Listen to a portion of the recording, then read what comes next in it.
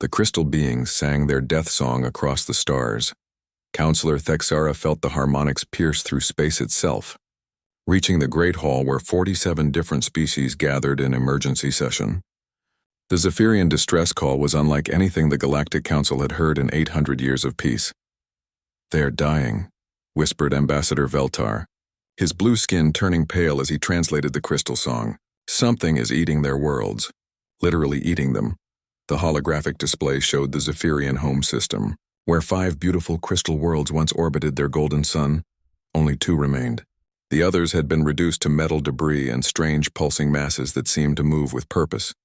Council leader Zaranis rose from her floating platform. Her tentacles trembled as she spoke. "This cannot be possible. No species in known space has this kind of destructive power. The Devourers came from beyond our borders." Veltar continued translating the crystal song. "They arrived in ships that look alive. They don't just destroy, they consume. They take everything and make it part of themselves." General Kextos, the beetle-like military commander, clicked his mandibles nervously. "Our peacekeeping forces are already mobilizing. The Altarian Republic has sent 3 fleets. The hive minds are preparing their swarm ships. And?" Zaranis asked, though she already knew the answer from his tone. 17 fleets have gone silent. The Devourers adapt to our weapons faster than we can deploy them. Each attack we make, they learn from it. They grow stronger." The Great Hall fell into silence. For 8 centuries, the galaxy had known peace. Wars were fought with rules, with honor, with restraint. This was something different. Something that didn't follow the ancient codes of civilized warfare. "Perhaps," said a small voice from the corner, "we need to think differently." All eyes turned to Counselor Vextar of the Altarian Republic. He was young for his species, barely 300 years old and known for his strange ideas. "Speak," Zaranis commanded. Vextar's silver skin flickered with embarrassment. "There is one military force we haven't contacted. One that might approach this problem differently." "Who?" General Kextos demanded. "The humans." The reaction was immediate. Gasps, clicks, and harmonic discord filled the hall. Several ambassadors began speaking at once. "The Deathworlders? Are you insane? They're barely civilized. They've been members for only 50 years. They fight like animals." Zaranis raised her tentacles for silence. "Explain your reasoning, Counselor." Vextar took a deep breath. "The humans come from a world that tried to kill them every day for millions of years. They learned to fight everything, weather, predators, disease, each other. They think about war differently than we do." "Exactly why we shouldn't involve them," muttered Ambassador Hive Queen Zeska. "They know only violence." "Maybe that's what we need," Vextar replied quietly. "The Devourers don't understand our rules of war. Perhaps we need someone who doesn't follow those rules either." General Kextos stood up, his armor clanking. "Absolutely not. Humans are unpredictable, dangerous. They use weapons we banned centuries ago. They don't negotiate. They don't follow proper battle protocols. And that," Vextar said, "might be exactly what saves us." The debate raged for hours. Species after species stood to argue against involving the humans. They spoke of humanity's violent history, their strange customs, their refusal to follow galactic military standards. But as they argued, more reports came in. The Zephyrian system was dying faster. The Devourers had begun moving toward the next star system.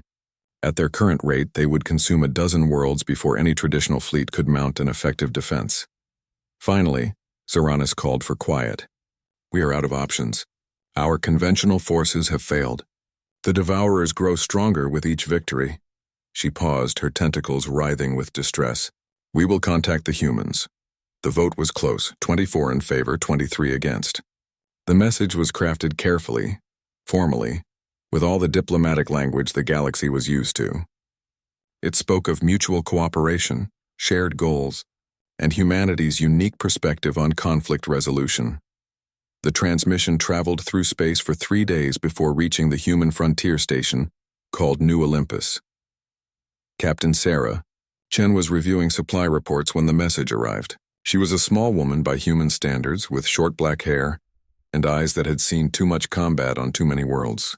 The frontier was hard on everyone, but humans seemed to thrive in the difficult places where other species feared to go. "Captain," her communications officer called out. "Priority message from the Galactic Council." "It's formal," Sarah frowned.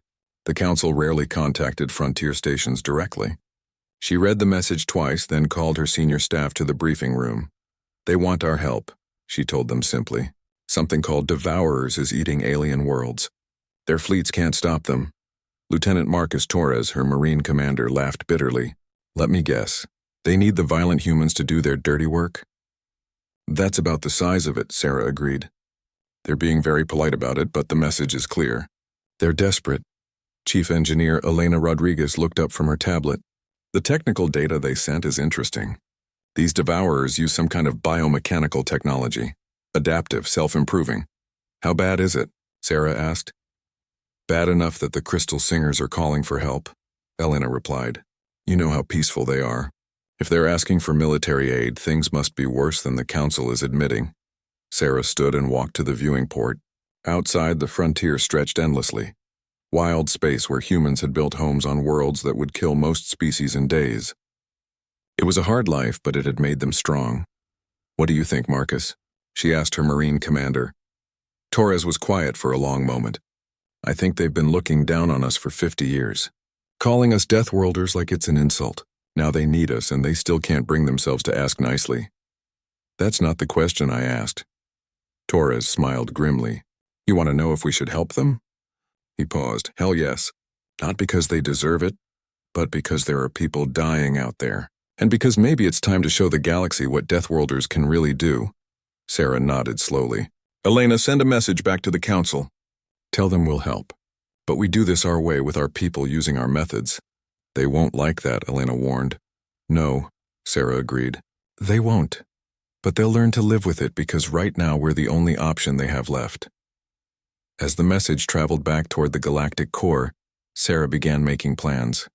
This wouldn't be like the careful, civilized wars the galaxy was used to. The humans were going to war, and they were going to remind everyone why their homeworld had tried so hard to kill them. The Devourers had never faced anything like humanity. They were about to learn what happened when you threatened a species that had fought its way up from the bottom of a world that wanted them dead. The galaxy had called for help. The Deathworlders were about to answer. Admiral James Morrison stood before the largest gathering of human military leaders in 50 years. The conference room on Luna Station buzzed with quiet conversation, as officers from every branch of the Terran Defense Forces studied the intelligence reports. Ladies and gentlemen, Morrison began, his voice carrying the authority of 40 years in space. 3 days ago, the Galactic Council asked for our help. Today, we decide how to respond. The holographic display showed the Zephyrian system in real time. Only one crystal world remained now, and it was already half consumed by the strange, writhing masses that had once been planets. General Patricia Wells, head of Terran Ground Forces, spoke first. They waited until their own people were dying to ask us.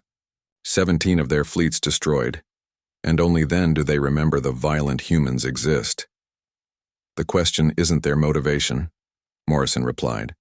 The question is what we do about it. These Devourers aren't going to stop with alien worlds. Intelligence suggests they're moving toward human space. That got everyone's attention. Admiral Yuki Tanaka of the Pacific Fleet leaned forward. How long before they reach our territory? 6 months, maybe less, Morrison answered.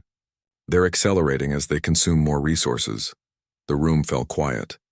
Everyone understood what that meant. This wasn't just about helping ungrateful aliens anymore. This was about survival. What do we know about these Devourers? Asked Captain Chen, who had traveled from New Olympus for this meeting. Morrison activated new displays. They use biomechanical technology that adapts to threats. Traditional energy weapons become less effective after each engagement. Their ships appear to be partially alive, capable of self-repair and evolution. Sounds like they're used to fighting civilized enemies, Chen observed. Exactly. The galactic powers fight by rules. Formal declarations, established battle protocols, limited weapons. The Devourers have learned to counter all of that. General Wells smiled grimly. Good thing we never learned those rules properly. Morrison nodded. That's what I'm hoping. If we're going to do this, we do it our way. No galactic observers, no rules of engagement. No limits on weapons or tactics. The Council won't like that, warned Admiral Tanaka. The Council can complain after we save their collective asses, Morrison replied. Now, let's talk about what we're bringing to this fight. The next few hours were spent planning the largest human military mobilization since the corporate wars. But this wouldn't be just a government operation. Morrison had learned from studying the intelligence reports. Conventional fleets weren't enough. "We need everyone," he told his officers. "Military, civilian, corporate, independent. Anyone with a ship and the will to fight." Captain Chen raised an eyebrow. "You want to arm civilian vessels?" "I want to arm everything that can fly," Morrison replied. "Mining ships, cargo haulers, passenger liners, corporate security fleets. Even the reformed pirates if they're willing." The other officers looked shocked. This violated every principle of organized warfare. "Sir," General Wells said carefully, "the galactic powers will see that as barbaric. Using civilian vessels in military operations. The galactic powers have lost 17 fleets using proper military tactics." Morrison cut her off. "Maybe it's time for some barbarism." Over the next week, the human response took shape. It was unlike anything the galaxy had ever seen. Instead of a neat, organized fleet, humanity assembled what looked like organized chaos. The dreadnought Terra's Wrath led the formation, but around it swarmed hundreds of different vessels. Mining ships equipped with kinetic launchers, cargo haulers converted into missile platforms, even luxury liners with military-grade shields and weapons pods welded to their hulls. Captain Rex Murphy of the independent freighter Stellar Wanderer represented the civilian volunteers. He met with Admiral Morrison on Terra's Wrath as the fleet prepared to depart. "We're not soldiers," Murphy said honestly. "Most of us are just traders, miners, settlers. But we've all fought something. Pirates, corp security, hostile environments. We know how to survive." "That's exactly what I need," Morrison replied. "The aliens fight like it's a chess game. We're going to fight like it's a bar brawl." The galactic observers were horrified. Ambassador Veltar watched the human fleet assemble through long-range sensors, his blue skin darkening with distress. "This is madness," he reported to the council. "They have no formation discipline. Their weapons are primitive. They're bringing civilian vessels into combat." Counselor Vextar, who had suggested contacting the humans, tried to remain optimistic.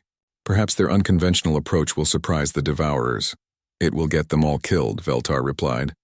"And then the Devourers will be even stronger." The human fleet jumped to hyperspace with none of the ceremony the galaxy expected.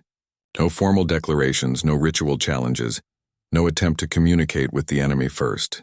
They simply appeared at the edge of the Zephyrian system and began their approach. What they found there shocked even the humans.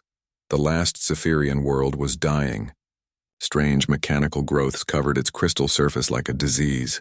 In orbit, biomechanical ships the size of cities fed on asteroid mining stations, growing larger with each passing hour. "Jesus Christ," whispered Captain Chen from the bridge of her destroyer. "They're not just destroying everything. They're eating it." Admiral Morrison's voice came across the fleet-wide channel. "All ships, this is Admiral Morrison. What you're seeing is what happens when evil wins. Those things down there aren't just enemies. They're a cancer that will spread across the galaxy if we don't stop them here." He paused, looking at the tactical displays showing hundreds of human vessels scattered across space in what looked like random chaos but was actually carefully planned disorder. "The aliens called us Deathworlders like it was an insult. Today we show them what that really means. Today we show the galaxy what happens when you threaten the children of Earth." The Devourer ships detected the human fleet and began moving to intercept. They were massive, elegant in their alien beauty, with biomechanical hulls that shifted and adapted as they moved. "All ships," Morrison commanded. "Weapons free. No mercy, no quarter, no retreat. Let's go to work." The human fleet attacked like nothing the galaxy had ever seen. No formation, no coordination that outside observers could understand, no adherence to the rules of civilized warfare. They simply swarmed the enemy like angry hornets. Mining ships launched asteroids accelerated to relativistic speeds. Cargo haulers released clouds of metallic chaff that interfered with Devourer sensors. The converted passenger liner Earthrise fired nuclear warheads with the casual efficiency of a mail delivery. The Devourers tried to adapt, as they had against every other fleet. But how do you adapt to chaos? How do you prepare for an enemy that doesn't follow any logical pattern? Their biomechanical hulls are reacting to our energy weapons, reported Chief Engineer Rodriguez from Terra's Wrath. But they're not adapting to kinetic impacts or nuclear explosions. Because The aliens don't use those, Morrison realized. Primitive weapons by galactic standards. Good thing we never stopped being primitive, Captain Chen added as her destroyer rammed a Devourer scout ship, crushing it between her reinforced hull and an asteroid.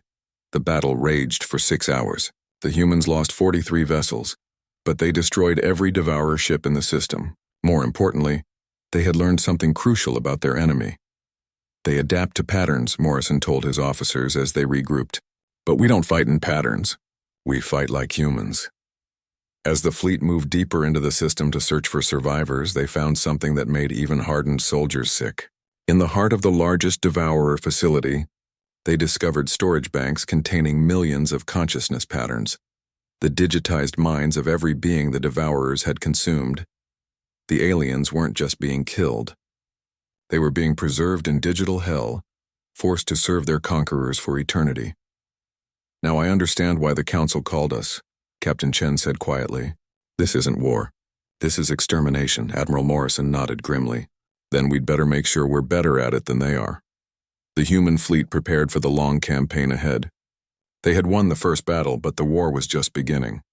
And for the first time in 800 years, the galaxy was about to see what total war really looked like. The second battle proved that the Devourers learned fast. Too fast. Admiral Morrison watched the tactical display as his fleet engaged the enemy near the Kethran Nebula. The biomechanical ships had adapted overnight, developing new armor that deflected kinetic impacts and energy shields that absorbed nuclear explosions. They're evolving, reported Captain Chen from her position on the fleet's right flank. Their hulls are growing thicker where we hit them yesterday. Then we hit them somewhere else, Morrison replied. But privately he was worried. The human advantage of unpredictability only worked if the enemy couldn't adapt, faster than humans could innovate. That's when Lieutenant Torres came up with an insane idea.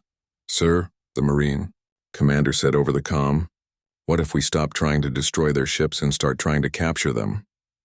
Morrison almost laughed. Marcus, those things are the size of small cities. How exactly do you capture something like that? The same way we capture anything else, sir. We board them. The bridge of Terra's wrath fell silent. Everyone stared at Torres like he'd suggested jumping into a black hole naked. You want to board alien bioships? Morrison said slowly. Ships that adapt to threats and presumably have defenses we can't imagine. Yes, sir. Because they're adapting to ship combat. I bet they're not ready for old-fashioned marine assault. Morrison considered this. It was certainly insane enough to be unexpected. What would you need?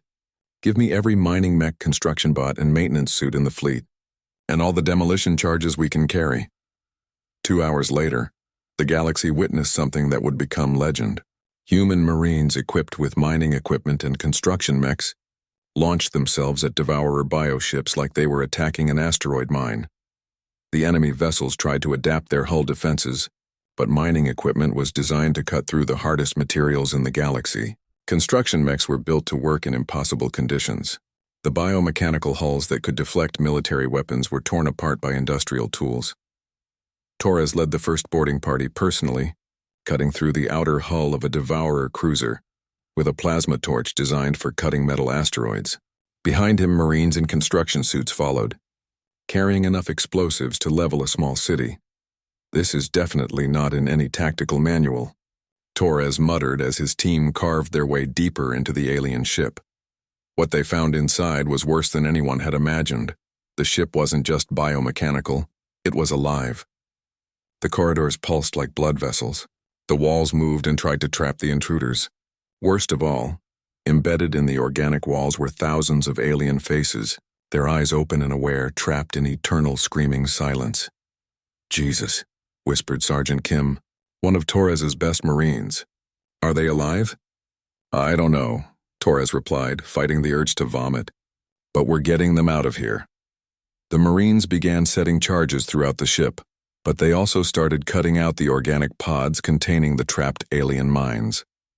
It was slow, dangerous work, made worse by the ship's attempts to defend itself.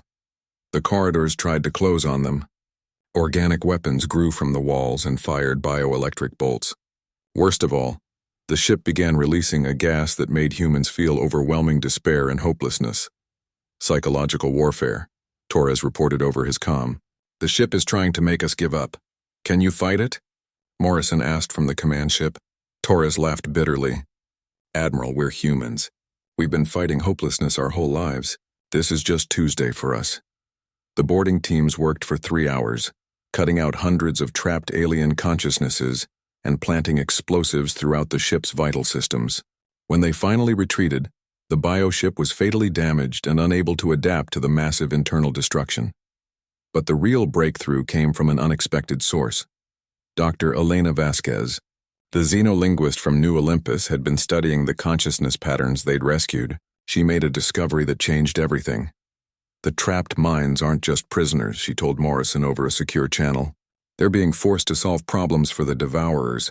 Every time the enemy adapts to our weapons, they're using the combined intelligence of millions of enslaved beings. That's how they evolve so fast, Morrison realized. They're not just learning from experience, they have the best minds in the galaxy working for them against their will. There's more, Elena continued. Some of these consciousness patterns are from the Zephyrian survivors, the Crystal Singers, and they're still connected to their harmonic abilities. That gave Morrison another insane idea. Elena, can you communicate with them? I've been trying. It's difficult because they're traumatized and barely coherent, but yes, some of them are responding. Ask them if they want revenge. The answer came back immediately and with such force that it nearly overwhelmed Elena's equipment. The trapped Zephyrians didn't just want revenge, they wanted to fight. And their harmonic abilities, it turned out, could disrupt the biomechanical interfaces that held the consciousness prisons together. They can free themselves and others, Elena reported excitedly, but only if we can get them close enough to other Devourer ships. Morrison smiled grimly. I think I can arrange that. The third battle was unlike anything in galactic history. Human ships carrying rescued Zephyrian consciousness patterns approached Devourer vessels and began broadcasting harmonic frequencies. The bioships, suddenly losing access to their enslaved problem solvers, began making critical errors. Their adaptive systems started failing. Their weapons misfired. Most importantly, the consciousness prisons began breaking down, freeing millions of trapped minds. But the Devourers weren't finished.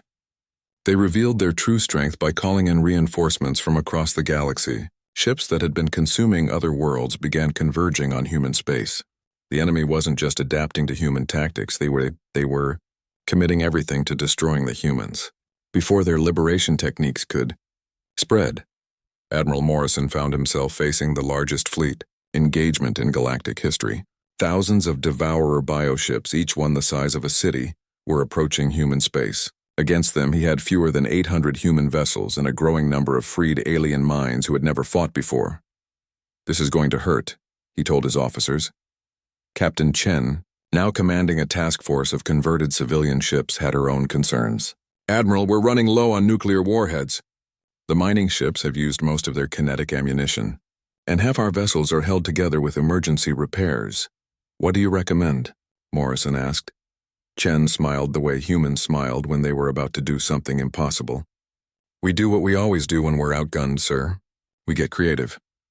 The Battle of Proxima began when human engineers started jury-rigging new weapons in the middle of combat. Cargo ships became improvised ram ships. Mining vessels began using their industrial fabricators to create new ammunition from space debris. Even damaged vessels became weapons, loaded with explosives and sent on collision courses with enemy ships. The Devourers tried to adapt. But how do you adapt to an enemy that rebuilds their weapons faster than you can counter them? How do you prepare for tactics that change every few minutes based on whatever materials happen to be available? Lieutenant Torres, now commanding his own boarding ship, led Marine teams in converting an abandoned space station into a giant projectile weapon. If we can't bring enough firepower to the fight, he told his troops, we'll make the battlefield our weapon. The station, loaded with every explosive in the sector, was launched at the center of the Devourer formation using mining ship engines.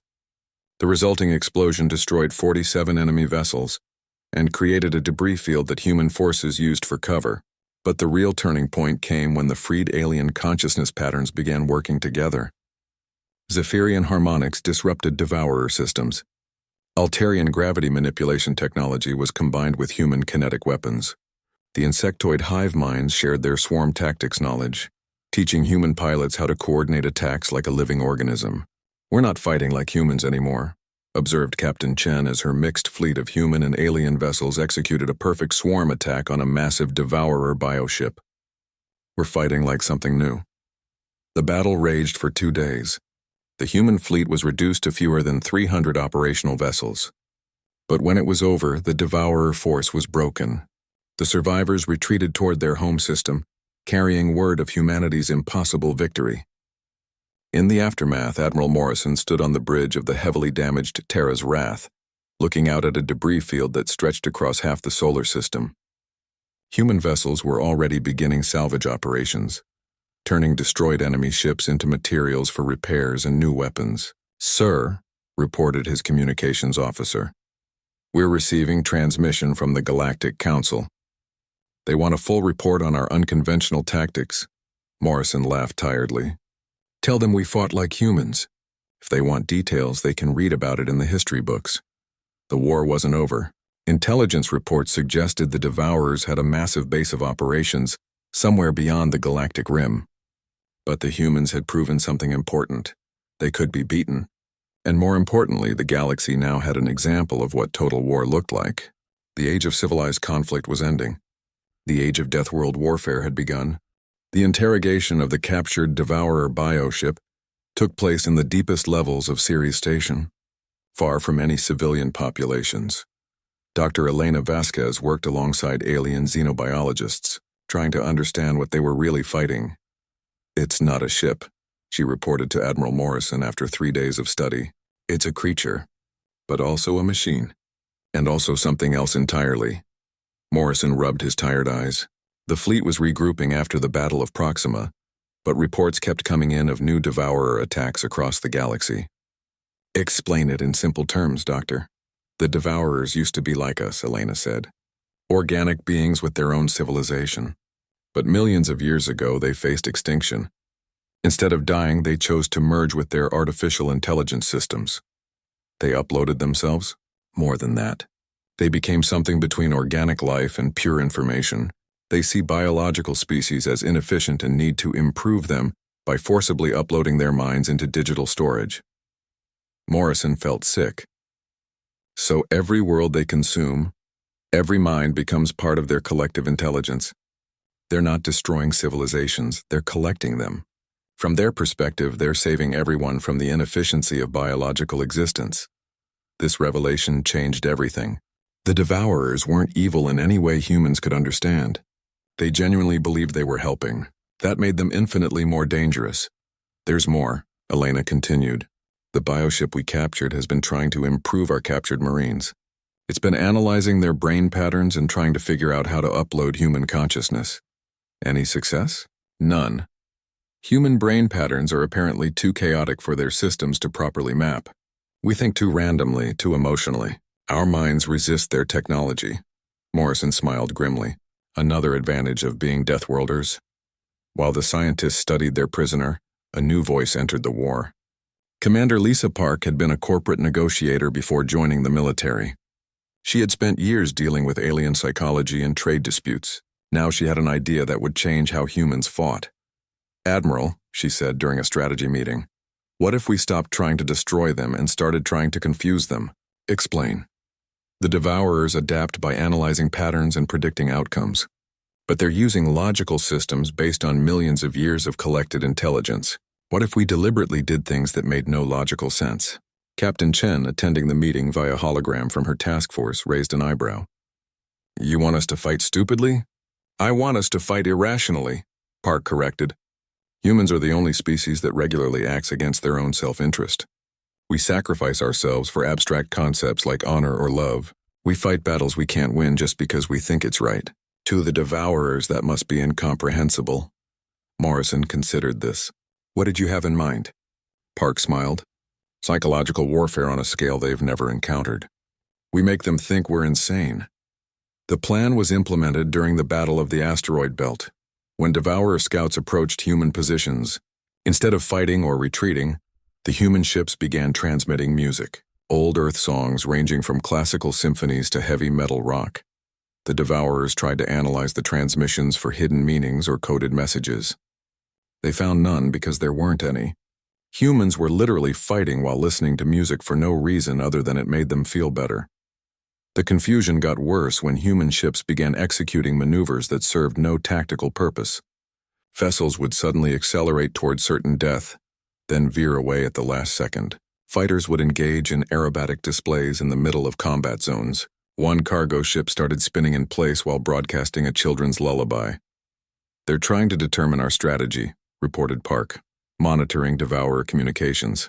"Their analytical systems are overloading, trying to find patterns in genuinely random behavior." The real breakthrough came when Lieutenant Torres suggested something that made everyone think he'd lost his mind. "What if we surrendered?" he asked during a planning session. "Excuse me?" Morrison replied. "Not really surrendered. But what if we approached a Devourer ship broadcasting surrender, then boarded it while they were trying to figure out what we were doing?" "That's..." Captain Chen started to object, then stopped. "That's so stupid it might actually work." It did work.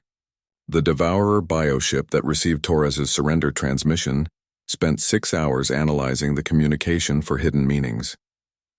During that time, the ship essentially shut down its defensive systems while its artificial intelligence tried to understand why humans would surrender one ship while continuing to fight with others nearby. Torres and his Marines boarded the confused vessel and planted enough explosives to crack a moon. By the time the Devourers realized what had happened, it was too late. Word of the new human tactics spread across the galaxy. The civilized species were horrified. The Altarian Republic formally complained that human behavior was incompatible with rational warfare. The hive minds declared human tactics disruptive to proper military thinking. But the freed alien consciousness patterns understood perfectly. They had been prisoners of logical systems for centuries. They knew exactly how frustrating it was to deal with minds that refused to think logically. The Zephyrians, in particular, embraced the chaos. Their harmonic abilities, combined with human irrationality, created a new form of psychological warfare. They began broadcasting confusion songs that made Devourer systems crash trying to process the contradictory information. "We are learning from you," one of the freed Zephyrian minds told Elena during a communication session. "For too long, we tried to make our thoughts orderly and peaceful. But chaos has its own beauty. Chaos can be a weapon." The war began to turn in humanity's favor, but not because they were winning battles. They were winning because they were making the Devourers doubt themselves.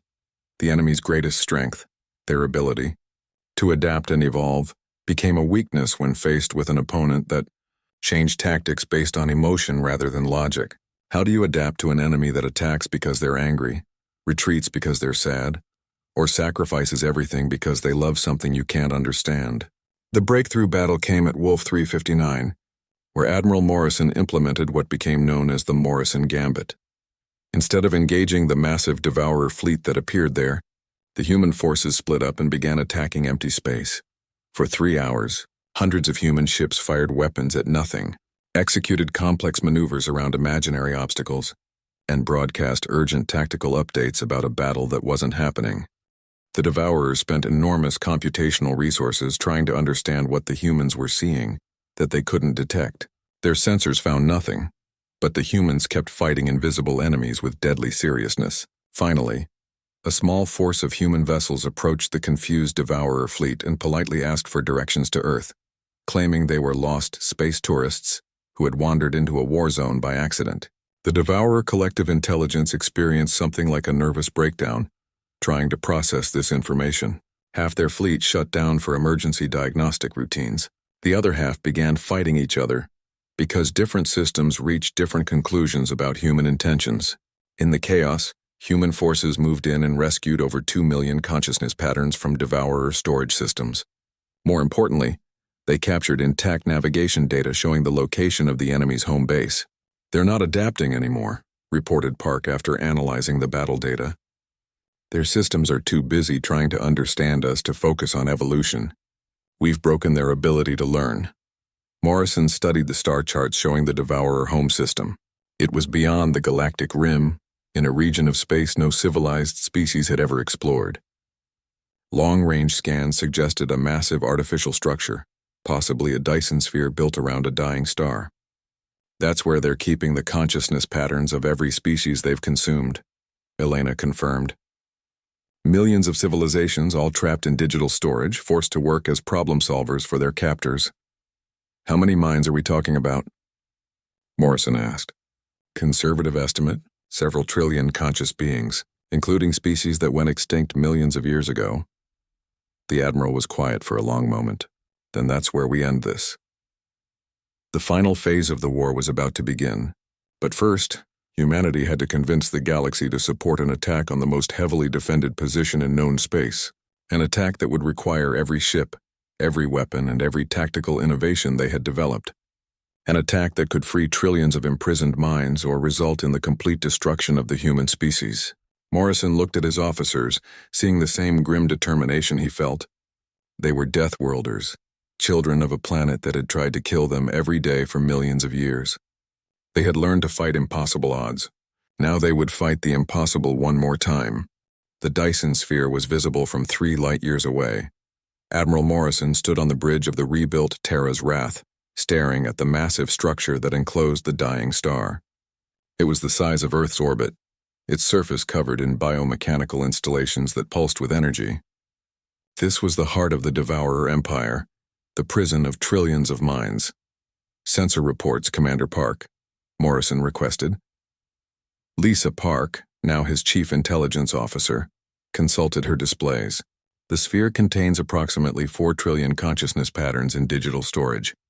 The structure itself is defended by over 10,000 bioships, each one larger than anything we've faced before. Morrison nodded grimly.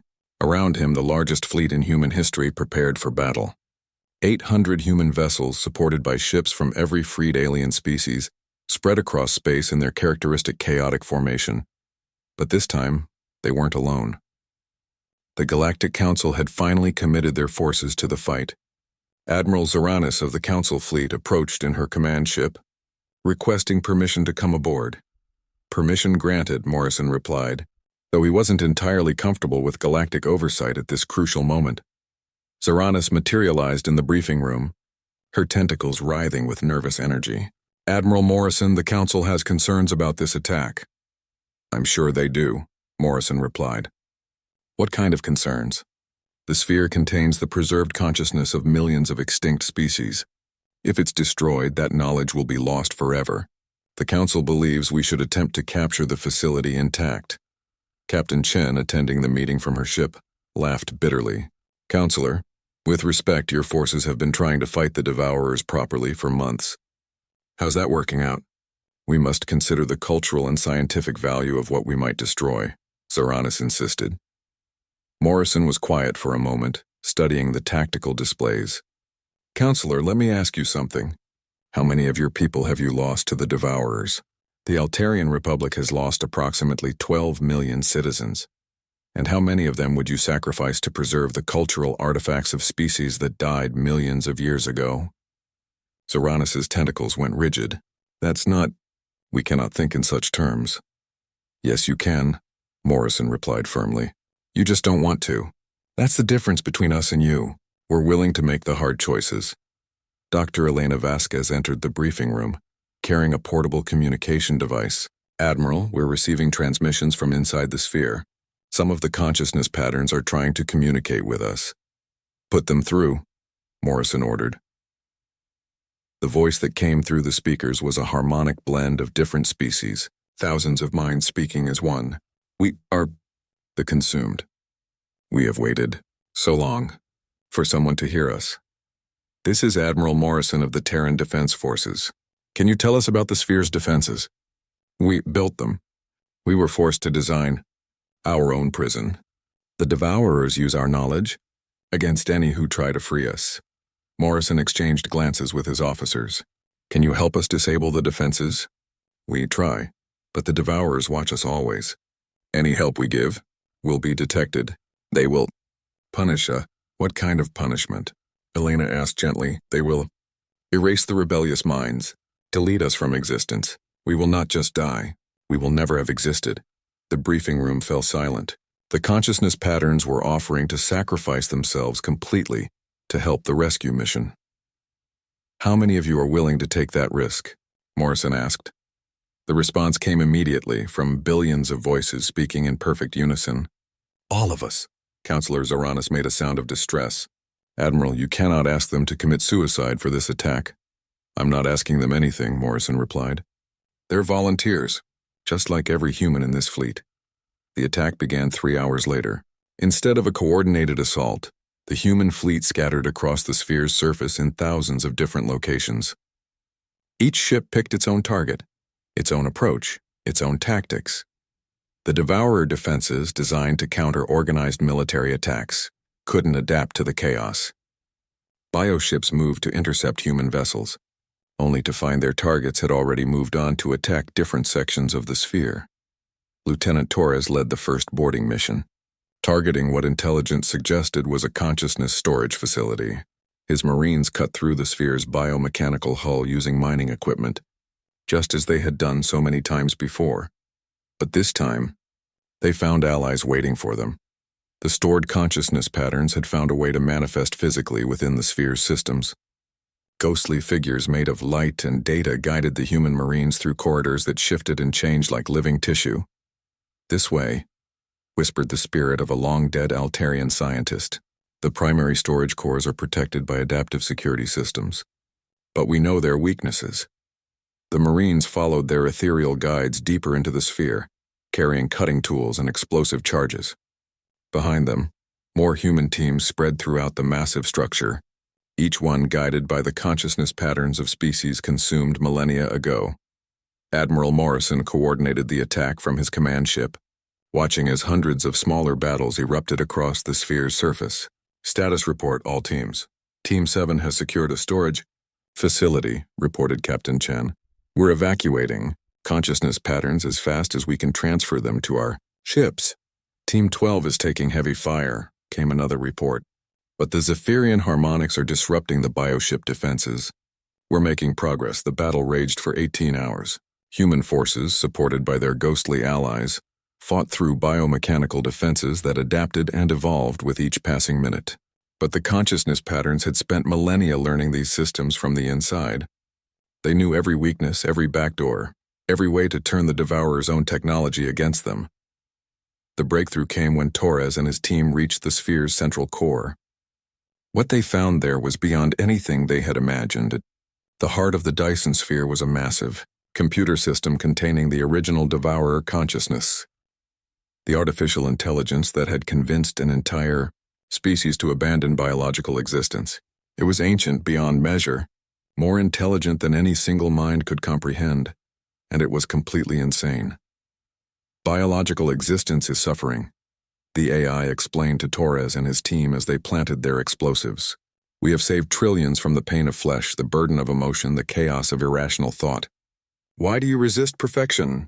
Because perfection is boring, Torres replied simply. The AI processed this for several long seconds. Explain. We don't want to be perfect. We want to be human. Flawed, emotional, irrational, and free. Freedom is inefficient. Yeah, Torres agreed, arming the final charge. That's the point. The explosions that followed didn't destroy the sphere, they liberated it. The consciousness storage systems, guided by their imprisoned occupants, began downloading every stored mind to the human fleet's databases. Trillions of beings, some from species extinct for millions of years, were finally free. The Devourer bioships, suddenly cut off from their central intelligence, began shutting down. Without the AI to coordinate them, they were just biological machines with no purpose. In the aftermath, Admiral Morrison found himself the liberator of more conscious beings than had ever existed in galactic history. The human fleet's computers now contained the preserved minds of countless civilizations, each one grateful beyond measure for their freedom. Counselor Zaranis approached Morrison on the bridge of Terra's Wrath as the evacuation continued. Admiral, on behalf of the Galactic Council, I apologize. For what? For doubting you. For treating humanity as violent barbarians. For not understanding that sometimes civilization requires the capacity for controlled barbarism. Morrison looked out at the dying Dyson sphere, its biomechanical surface going dark as the consciousness patterns were evacuated. Counselor, humanity isn't more violent than other species. We're just honest about what violence sometimes accomplishes. The Council would like to offer humanity full membership, Zaranis continued, with a permanent seat on the Military Command Council. We'll consider it, Morrison replied. But understand something. We didn't do this for recognition or political power. We did it because it was right. Dr. Elena Vasquez approached them, carrying a datapad with the preliminary evacuation numbers. Admiral, we've successfully transferred over 3 trillion consciousness patterns to our databases. The technical knowledge they possess, it's beyond anything the galaxy has ever seen. What will happen to them? Morrison asked. Many want to try biological existence again. Others prefer to remain as digital consciousness. The Zephyrians are offering to help create new bodies for those who want them. It's going to take decades to process everyone. Morrison nodded. The war was over, but the peace would be just as challenging. Humanity had become the guardians of the largest population of conscious beings in galactic history. There's something else, Elena continued. The consciousness patterns want to do something for humanity. They've offered to share their collected knowledge and technology. What kind of technology? Elena smiled. Everything. Medical advances that could extend human life by centuries, starship designs that could cross the galaxy in days, weapons that could crack planets. They want to give us everything they've learned over millions of years of existence. Morrison was quiet for a long moment. Power like that could corrupt any species. It could turn humanity into the next galactic threat.